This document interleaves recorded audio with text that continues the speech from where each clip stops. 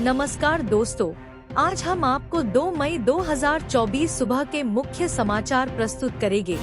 कृपया नीचे कमेंट करें और बताएं कि आप किस क्षेत्र से हिमाचल न्यूज सुन रहे हैं।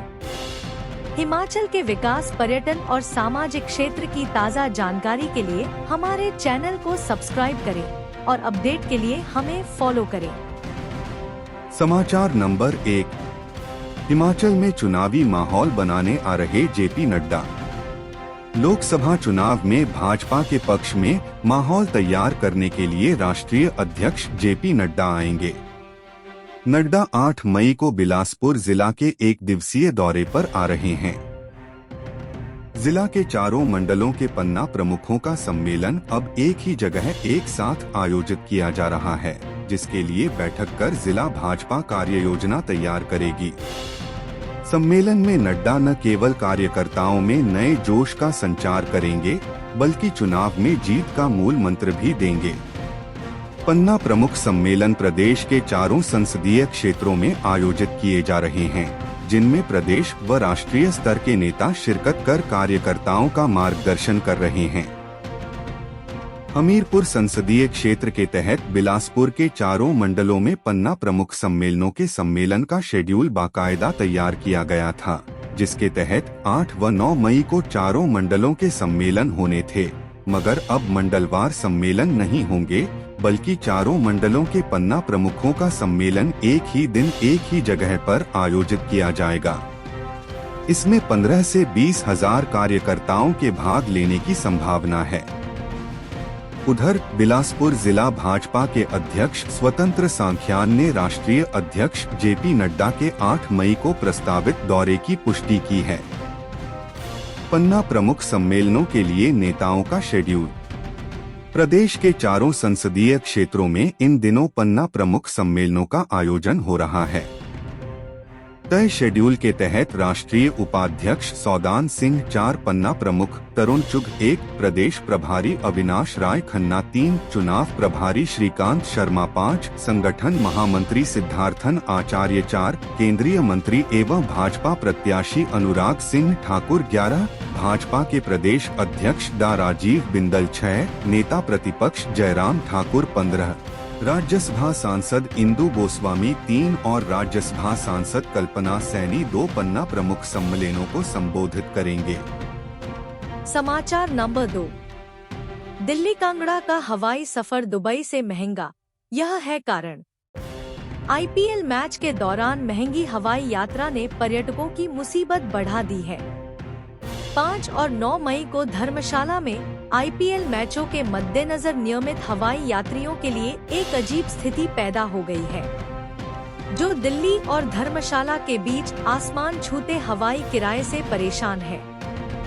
दिल्ली और धर्मशाला के बीच हवाई किराया आमतौर 6,000 और 7,000 के बीच रहता है, लेकिन 5 और 9 मई को धर्मशाला में होने वाले आईपीएल मैचों के कारण इसमें कई गुना बढ़ोतरी देखी गई है, जिससे यहां आने वाले पर्यटकों की मुश्किलें बढ़ गई है। क्रिकेट प्रेमी तो जैसे कैसे यह टिकट खरीद रहे हैं, लेकिन आम रूटीन में जाने वाले हवाई यात्रियों की मुश्किलें बढ़ गई है। लोगों का कहना है कि जिस राशि में पर्यटक दुबई घूम कर आ जाते हैं, उस राशि में दिल्ली से कांगड़ा की टिकट मिल पा रही है, जबकि मुंबई और गोवा का सवाल है तो इस राशि में 2 हवाई यात्री दिल्ली से मुंबई आना जाना हो सकता है। दीगर है जहां सरकार बड़ा हवाई अड्डा स्थापित करने की फिराक में है, लेकिन मौजूदा समय में महंगी हवाई यात्रा लोगों के लिए मुसीबत बनी हुई है। एक तरफ जम्मू से श्रीनगर का किराया 3,000 और दिल्ली से कांगड़ा का किराया 10 गुना होना गलत है। ट्रैवल एजेंट भी मानते हैं कि इतना भारी भरकम किराया पर्यटन को नुकसान पहुंचा सकता है। भले ही आईपीएल मैच को लेकर हवाई टिकट महंगी हुई है, लेकिन पर्यटन सीजन के दौरान मई से जून में वैसे भी किराए बढ़े हुए हैं। लोगों का कहना है कि इस पर सरकार को कोई ठोस कदम उठाने होंगे। समाचार नंबर 3, 27 की उम्र में वीरभद्र सिंह बने थे नेशनल पॉलिटिक्स की पसंद। राजनीति के पुरोधा रहे स्वर्गीय वीरभद्र सिंह हिमाचल की राजनीति में ही खास नहीं माने जाते थे, बल्कि नेशनल पॉलिटिक्स पर भी उनका परचम लहराता था। आज भी उनकी राजनीति को याद किया जाता है। बता दें कि वीरभद्र सिंह 27 वर्ष की उम्र में अखिल भारतीय कांग्रेस को पंसद आए थे। पार्टी के नेशनल नेताओं ने उन्हें इस छोटी उम्र में मंडी संसदीय क्षेत्र से लोकसभा सीट पर प्रत्याशी उतारा था और मंडी संसदीय क्षेत्र की जनता ने उन्हें जिताकर सीधा लोकसभा संसद में भेज डाला। यही नहीं, उनकी धर्मपत्नी वर्तमान कांग्रेस प्रदेशाध्यक्षा प्रतिभा सिंह को भी राष्ट्रीय कांग्रेस ने इसी सीट से सीधे सांसद के चुनाव में उतारा था। वहीं अब इनके पुत्र विक्रमादित्य सिंह भी नेशनल पॉलिटिक्स की जमीन के लिए मंडी संसदीय क्षेत्र से प्रत्याशी घोषित हुए हैं। अब यह इस सीट पर काबिज होने में कितना सफल होते हैं, यह आने वाला लोकसभा चुनाव का परिणाम ही बताएगा। बचपन से ही घर पर राजनीतिक माहौल के बीच पले बड़े विक्रमादित्य सिंह भी जिस तरह से पिता व माता की तरह पहली बार लोकसभा चुनाव लड़ रहे हैं, इससे राजनीति गलियारों में अब यह चर्चा भी आम है कि दिल्ली संसद में जाने के बाद नेशनल पॉलिटिक्स के बाद कांग्रेस हाईकमान ने उन्हें जब हिमाचल वापस भेजा तो वह सीधे मुख्यमंत्री के दावेदार हुए और लगातार फिर 6 बार उन्होंने मुख्यमंत्री की कमान भी संभाली। वहीं अब विक्रमादित्य सिंह भी पिता की ही राह पर चलकर जनता की सेवा करते हैं। वह बात साफ दिख रही है कि किस तरह से पिता के लक्ष्य कदमों पर चलने वाले पुत्र अब राजनीति की दौड़ में भी नेशनल पॉलिटिक्स में आगे बढ़ते हुए राजनीतिक सफर तय करने लगे हैं। नेशनल पॉलिटिक्स से करियर की शुरुआत। अक्सर राजनीतिक करियर की शुरुआत राज्य से होती है, तो वहीं वीरभद्र सिंह ने सीधा नेशनल पॉलिटिक्स में डेब्यू किया। 1962 में 27 साल की उम्र में वह लोकसभा सांसद बने। इसके बाद उन्होंने 1967, 1971, 1980 और 2009 में 4 और कार्यकाल में सांसद के रूप में सेवा दी। 2009 की यूपीए 2 सरकार में उन्हें सूक्ष्म लघु और मध्यम उद्योग मंत्री का कार्यभार सौंपा। 1983 में पहली बार बने मुख्यमंत्री। 1980 तक 4 बार लोकसभा सांसद बनने वाले वीरभद्र सिंह को प्रदेश की कमान 1983 में सबसे पहले मिली। 1985 विधानसभा चुनावों में कांग्रेस की जीत के साथ वह 1983 से 1990 तक लगातार प्रदेश के मुख्यमंत्री रहे। वीरभद्र सिंह की लोकप्रियता राज्य में इतनी थी कि 1993, 1998, 2003 और 2012 में वह फिर हिमाचल प्रदेश के मुख्यमंत्री बने। हालांकि 1998 में सीएम के रूप में उनका कार्यकाल केवल 18 दिनों तक चला, क्योंकि वह विश्वास मत हासिल करने में विफल रहे थे। 2012 चुनावों से पहले वीरभद्र सिंह ने यूपीए 2 में केंद्रीय मंत्री के पद से इस्तीफा दे दिया। इसके बाद उन्हें प्रदेश कांग्रेस का अध्यक्ष बनाया गया। कांग्रेस ने 2012 में प्रदेश विधानसभा चुनाव फिर से वीरभद्र सिंह की अगुवाई में लड़ा और जीत हासिल की। 2017 विधानसभा चुनावों में कांग्रेस को हार का सामना करना पड़ा था। समाचार नंबर 4। मोदी वाराणसी से चुनाव लड़ सकते हैं, तो आनंद शर्मा कांगड़ा से क्यों नहीं? प्रधानमंत्री नरेंद्र मोदी वाराणसी से चुनाव लड़ सकते हैं, तो आनंद शर्मा कांगड़ा से क्यों नहीं? यह कहना है मुख्यमंत्री ठाकुर सुखविंदर सिंह सुक्खू का। अपने नादौन प्रवास के दौरान पत्रकारों से बातचीत के दौरान आनंद शर्मा को लोकसभा चुनावों में कांगड़ा से प्रत्याशी बनाए जाने के सवाल पर मुख्यमंत्री ने कहा कि प्रधानमंत्री नरेंद्र मोदी गुजरात छोड़कर वाराणसी से चुनाव लड़ सकते हैं, तो पूर्व केंद्रीय मंत्री आनंद शर्मा कांगड़ा लोकसभा सीट से चुनाव मैदान में क्यों नहीं उतर सकते? वह तो हिमाचल प्रदेश के शिमला के रहने वाले हैं और पूरा राज्य उनका घर है। सीएम ने कहा कि बड़ी खुशी की बात है, आनंद शर्मा को कांगड़ा से टिकट मिली है। वह अच्छे वक्ता हैं, उनकी राष्ट्रीय व अंतर्राष्ट्रीय मुद्दों पर अच्छी पकड़ व समझ है। वह राष्ट्रीय स्तर पर जाने पहचाने चेहरे हैं। संसद में उनकी आवाज गूंजने पर हिमाचल को लाभ होगा। आनंद शर्मा ने पूर्व यूपीए सरकार में केंद्रीय मंत्री रहते कांगड़ा के लिए बड़े प्रोजेक्ट व कार्यालय लाए हैं। कांगड़ा में national institute of fashion technology, Indora में 150 करोड़ रुपए की लागत का इंडस्ट्रियल पार्क, चाय बागवानों के लिए नेशनल टी बोर्ड का रीजनल सेंटर आनंद शर्मा ने खुलवाया है। मुख्यमंत्री ने कहा कि आनंद पार्टी का बड़ा चेहरा है, वह संसद में कांग्रेस विचारधारा का प्रतिनिधित्व करेंगे। भाजपा के तीनों सांसद प्रदेश में आई इतिहास की सबसे बड़ी प्राकृतिक आपदा के दौरान केंद्र सरकार से विशेष राहत पैकेज दिलाने में विफल रहे। आनंद शर्मा केंद्र में बनने वाली कांग्रेस सरकार में अहम भूमिका निभाकर हिमाचल के लिए विशेष पैकेज लाएंगे। हिमाचल में कांग्रेस की लड़ाई बिकाऊ विधायकों और लोकतंत्र की हत्या करने वालों के खिलाफ है। समाचार नंबर 5। द्रौपदी मुर्मू तीसरे राष्ट्रपति के रूप में सीयू के दीक्षांत समारोह होंगी शामिल। प्रदेश केंद्रीय विश्वविद्यालय में 6 मई को 7वें दीक्षांत समारोह का आयोजन किया जा रहा है। इस समारोह में राष्ट्रपति द्रौपदी मुर्मू तीसरे राष्ट्रपति के रूप में बतौर मुख्यातिथि उपस्थित रहेंगी। इस दौरान राष्ट्रपति द्रौपदी मुर्मू दोपहर 6 मई को 2:40 बजे कार्यक्रम में पहुंचेगी और 3:40 बजे तक डिग्रियां बांटेंगी। इस दौरान केंद्रीय विवि के 709 विद्यार्थी व शोधार्थी डिग्रियों से सम्मानित होंगे। इसमें 30 गोल्ड मेडलिस्ट, 11 पीएचडी धारक, 6 एमफिल, 602 स्नातक और स्नातकोत्तर विद्यार्थी शामिल होंगे। सम्मानित समारोह में राज्यपाल शिव प्रताप शुक्ल अति विशिष्ट अतिथि के रूप में उपस्थित रहेंगे। राष्ट्रपति के स्वागत में केंद्रीय विवि के कुलपति प्रो सतप्रकाश बंसल ने 6 मई को होने जा रहे 7वें दीक्षांत समारोह के आयोजन स्थल का बुधवार को निरीक्षण किया। उन्होंने विश्वविद्यालय अधिकारियों को दिशा निर्देश दिए। अतिथियों के आगमन तथा दीक्षांत समारोह से संबंधित वस्त्र धारण के लिए उपयुक्त स्थान चिह्नित करने के लिए विशेष रूप से कुलपति ने सभी अधिकारियों को निर्देश देकर दीक्षांत समारोह के सफल आयोजन के लिए मार्गदर्शन किया।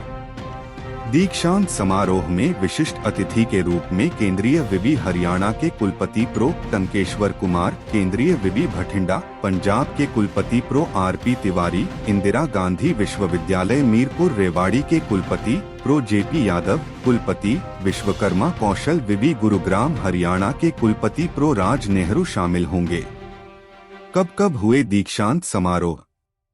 केंद्रीय विश्वविद्यालय के आरंभ होने पर पहला दीक्षांत समारोह 28 फरवरी 2013 को आयोजित किया गया था, जिसमें मुख्य अतिथि के रूप में बौद्ध धर्म गुरु दलाई लामा रहे।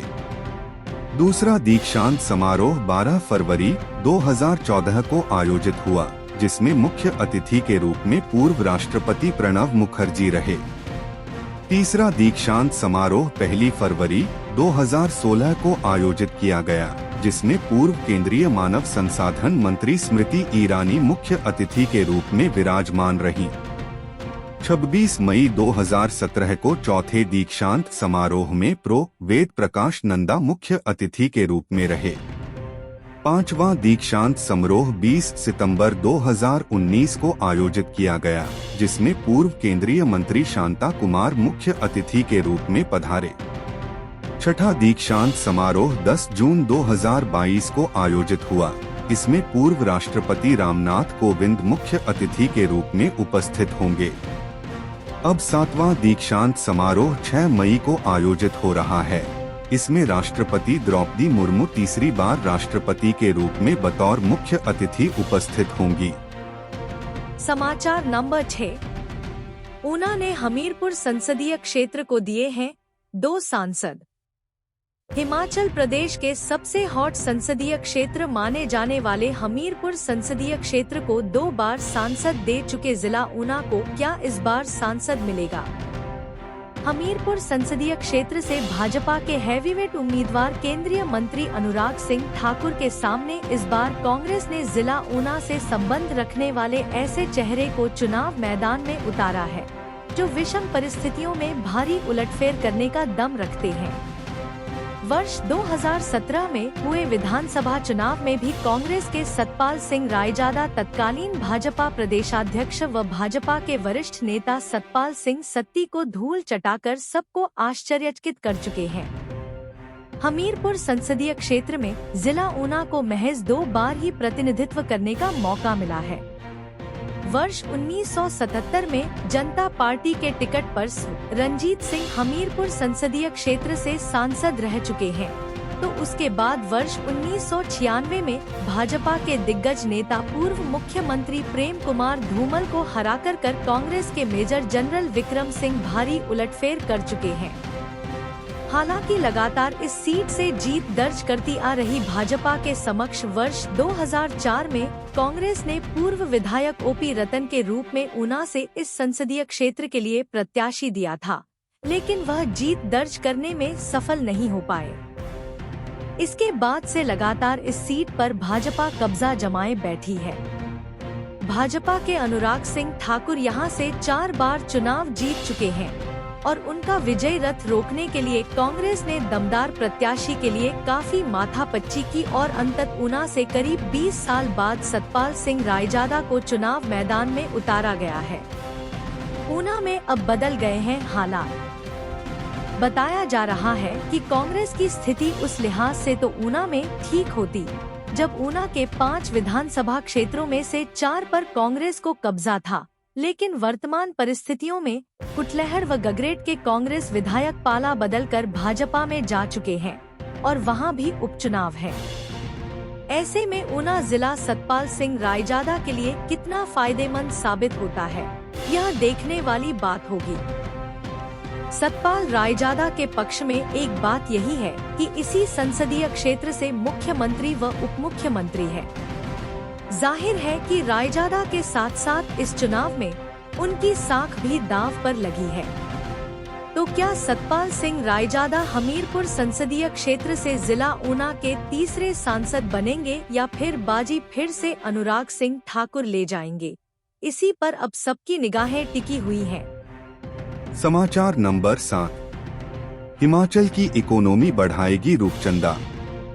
वेस्ट बंगाल, छत्तीसगढ़ और मध्य प्रदेश जैसे बड़े राज्यों में मत्स्य पालकों की तकदीर बदल रही कैट फिश वैरायटी रूपचंदा अब हिमाचल की इकोनॉमी में भी नई जान डालेगी। मत्स्य विभाग ने इस तकनीक का ट्रायल पायलट प्रोजेक्ट के तौर पर राज्य के सबसे बड़े कार्प फिश फार्म नालागढ़ में शुरू कर दिया है। पिछले ही दिन वेस्ट बंगाल से आयात की गई 11,000 मछली का बीज डाला है। यह प्रजाति रिसर्कुलेटरी एक्वाकल्चर सिस्टम यानी कम पानी में ग्रोथ करेगी। नवंबर से दिसंबर महीने तक सकारात्मक परिणाम आने की संभावना व्यक्त की गई है। प्रोजेक्ट सफल रहने के बाद इस तकनीक को प्रदेश के मत्स्य पालकों के लिए उपलब्ध करवाए जाने की योजना है। मत्स्य निदेशक विवेक चंदेल और सहायक निदेशक डा सोमनाथ ने बताया कि प्रदेश में पहली बार रूपचंदा मछली को इंट्रोड्यूस किया है। इससे पहले नालागढ़ फार्म में ट्रायल बेस पर पेंगेसियस सूची नामक प्रजाति की मछली का बीज डाला था, जिसके परिणामस्वरूप अच्छी इकोनॉमिक वायबिलिटी आई है। 4 टैंक में 11,000 बीज डाला गया है और एक टैंक में पानी की क्षमता 90 क्यूसिक है। ऐसे में कम पानी में ज्यादा उत्पादन होगा। स्वास्थ्य की दृष्टि से लाभकारी।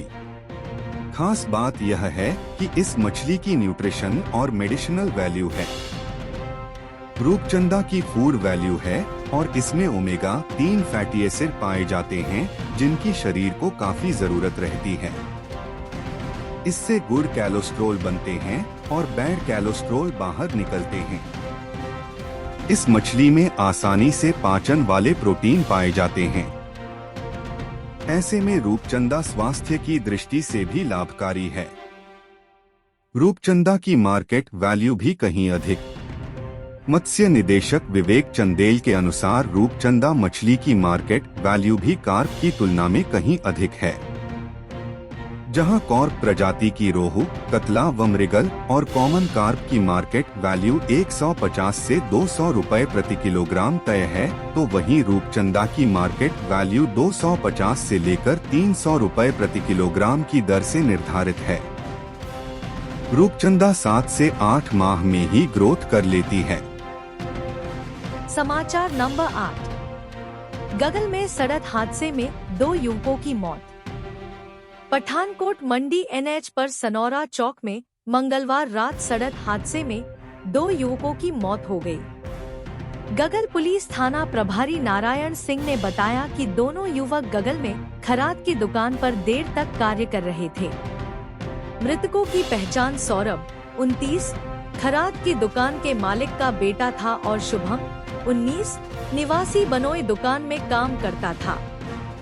सौरभ अपने वर्कर शुभम को उसके घर छोड़ने के लिए स्कूटी पर निकला ही था कि सनौरा चौक पर आवारा पशु से टकराने के बाद दोनों युवक सड़क पर गिर गए। इस दौरान दोनों युवक पठानकोट की तरफ से आ रही एक गाड़ी से टकरा गए।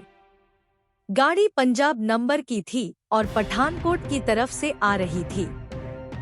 हादसे के दौरान ड्राइवर मौके से फरार हो गया। पुलिस दोनों घायलों को एम्बुलेंस में टांडा ले गई, जहां डॉक्टरों ने दोनों को मृत घोषित कर दिया। थाना प्रभारी ने बताया कि पुलिस ने CCTV कैमरों की मदद से गाड़ी का पता कर आरोपी ड्राइवर को मंडी से गिरफ्तार किया है। जांच अधिकारी संजीव शर्मा ने बताया कि पुलिस ने पोस्टमार्टम करवाकर शव परिजनों को सौंप दिए हैं। समाचार नंबर 9। पर्यटक विकास निगम के 31 होटल घाटे में। देवभूमि हिमाचल की पहचान पर्यटन उद्योग के रूप में सारे विश्व में है। राज्य में पर्यटन उद्योग का योगदान यहां की GDP में लगभग 10% के आसपास है। हिमाचल प्रदेश पर्यटन विकास निगम पूरे राज्य में 55 होटलों का संचालन करता है, लेकिन इसी वर्ष 12 मार्च को निगम द्वारा जारी पत्र निगम की माली हालत को व्यक्त कर रहा है। चिंता का विषय है कि निगम के इन होटलों में लगभग 31 होटल घाटे में कार्य कर रहे हैं। निगम अपने कर्मचारियों को समय पर वेतन भी नहीं उपलब्ध करवा पा रहा है। हाल ही में प्रदेश विधानसभा के बजट सत्र के दौरान राज्य की सरकार की तरफ से यह जानकारी दी गई थी कि निगम के कुल 56 होटल में से 31 घाटे में चल रहे हैं। निगम द्वारा जारी पत्र में यह निर्देश दिया है कि निगम के होटल कारोबार को बढ़ावा देने के लिए बैंकों, सार्वजनिक कार्यालय, प्रतिष्ठानों तथा व्यावसायिक आदि संगठनों से संपर्क साधने के लिए कहा गया है। उक्त पत्र में निजी होटल से बढ़ते प्रतिस्पर्धा के कारण निगम के इकाइयों द्वारा उपभोक्ता एवं F&B बिक्री को बढ़ावा देने के लिए कहा गया है। निगम के घाटा झेल रहे होटल। ऊना का होटल चिंतपूर्णी हाइट्स, बिलासपुर का हिल टॉप होटले, चंबा का hotel Champak, hotel Iravati, hotel Gitanjali व होटल मणिमहेश है। कांगड़ा का hotel Kashmir house, hotel Kunal, hotel Dhauladhar, hotel Jwalaji, hotel Nurpur, hotel Yatri Niwas तथा कुल्लू का hotel Silver Moon, hotel Sarvari, hotel Manalsu, hotel Hadimba, जनपद लाहौल स्पीति में होटल चंद्रभागा, होटल स्पीति घाटे में चल रहे हैं। जिला मंडी में Suket, Tourist Inn, hotel Uhl, hotel Mamleshwar, राजधानी शिमला में hotel Chanshal, hotel Golf Glade, Giri Ganga resort, hotel Apple Blossom एवं सिरमौर में Tourist Inn Rajgarh, hotel Yamuna तथा जनपद सोलन में होटल बाघल व होटल शिवालिक आदि नुकसान में कार्य कर रहे हैं। फायदे में चलने वाले होटल। चंबा का hotel Gaurikund, lake view Bilaspur, hotel देवदार, हमीरपुर में होटल हमीर, कांगड़ा में hotel Bhagsu, hotel T bird, hotel Maharana Pratap, Pong dam व होटल क्लब हाउस है। किन्नौर में होटल किन्नर कैलाश, कुल्लू में hotel Kunzum, hotel castle, hotel log huts, hotel orchard huts तथा होटल हमटा हट्स फायदे में कार्य कर रहे हैं। उक्त के अतिरिक्त शिमला में hotel Peter Hof, hotel Bushahr regency, hotel Hatu, hotel Shrikhand, hotel holiday home तथा सिरमौर में होटल रेणुका, सोलन में hotel Chail palace, hotel pine wood और न्यू रोज कॉमन फायदे में कार्य कर रहे हैं। समाचार नंबर 10। सुधीर शर्मा मानहानि मामले में सीएम सुक्खू को कोर्ट नोटिस। प्रदेश हाई कोर्ट ने धर्मशाला के पूर्व विधायक सुधीर शर्मा द्वारा मुख्यमंत्री सुक्खू के खिलाफ दायर मानहानि से जुड़े मामले में नोटिस जारी किया है। हाई कोर्ट के एडिशनल रजिस्ट्रार ने इस मामले में प्रतिवादी बनाए सीएम सुक्खू को इस मानहानि से जुड़े दीवानी मुकदमे का नोटिस जारी किया। सुधीर शर्मा ने इससे पहले एक लीगल नोटिस जारी कर मुख्यमंत्री से माफी मांगने और मुआवजे के तौर पर 5 करोड़ रुपए की मांग की थी। सुधीर शर्मा का आरोप है कि मुख्यमंत्री सुखविंदर सिंह सुक्खू ने अपने भाषणों में बार बार उन पर कीचड़ उछाला व कई अपमानजनक टिप्पणियां की, जिससे उनकी मानहानि हुई है। दलील है कि उन पर 15 करोड़ में बिकने के झूठे आरोप लगाए गए और सबूत होने की बात फैलाई, परंतु एक भी सबूत पेश नहीं कर पाए। सीएम के बयान बकायदा अखबार और टीवी चैनलों से लेकर सोशल मीडिया प्रकाशित और प्रसारित हुए हैं। इससे सुधीर शर्मा के अनुसार उनकी छवि, प्रतिष्ठा और मान की हानि हुई है। समाचार नंबर 11। किलाड़ में एकलव्य हॉस्टल में 10वीं के छात्र ने लगाया फंदा। उपमंडल पांगी मुख्यालय किलाड़ स्थित एकलव्य हॉस्टल में 10वीं कक्षा के छात्र ने फंदा लगाकर अपनी इहलीला समाप्त कर ली। पुलिस ने मृतक की पेंट की जेब से सुसाइड नोट भी बरामद किया। पुलिस ने सिविल अस्पताल किलाड़ में पोस्टमार्टम करवाकर शव परिजनों को सौंप दिया है। पुलिस ने घटना की इत्तला रपट रोजनामचे में डालकर विस्तृत कारणों की जांच आरंभ कर दी है। जानकारी के अनुसार एकलव्य हॉस्टल में 10वीं कक्षा के छात्र ने मंगलवार रात बाथरूम में बेडशीट का फंदा लगाकर जान दे दी। बुधवार सवेरे हॉस्टल वार्डन ने छात्र के मैदान में न पहुंचने पर अंदर जाकर देखा तो उसे फंदे पर लटका पाया। सूचना मिलते ही परिजन भी मौके पर पहुंच गए। पुलिस ने परिजनों की मौजूदगी में मृतक छात्र के कपड़े की तलाशी दौरान जेब से सुसाइड नोट भी बरामद किया। पुलिस ने परिजनों के बयान दर्ज कर पोस्टमार्टम हेतु अस्पताल भिजवाया। डीएसपी हेडक्वार्टर जितेंद्र चौधरी ने बताया कि पुलिस ने मामला दर्ज कर छानबीन शुरू कर दी है। हम अपने राज्य के विकास में योगदान देने में गर्व महसूस करते हैं और हमें उम्मीद है आने वाले दिनों में हमें और भी अच्छी खबरें मिलेंगी। इन खबरों को अधिक लोगों तक पहुंचने के लिए कृपया हमारा कंटेंट शेयर करें, साथ ही हमारे चैनल को सब्सक्राइब करें और अपडेट के लिए हमें फॉलो करें। अपने विचारों को कमेंट में शेयर करना ना भूलें। आपका सहयोग हमें और भी बेहतर काम करने में मदद करेगा। धन्यवाद।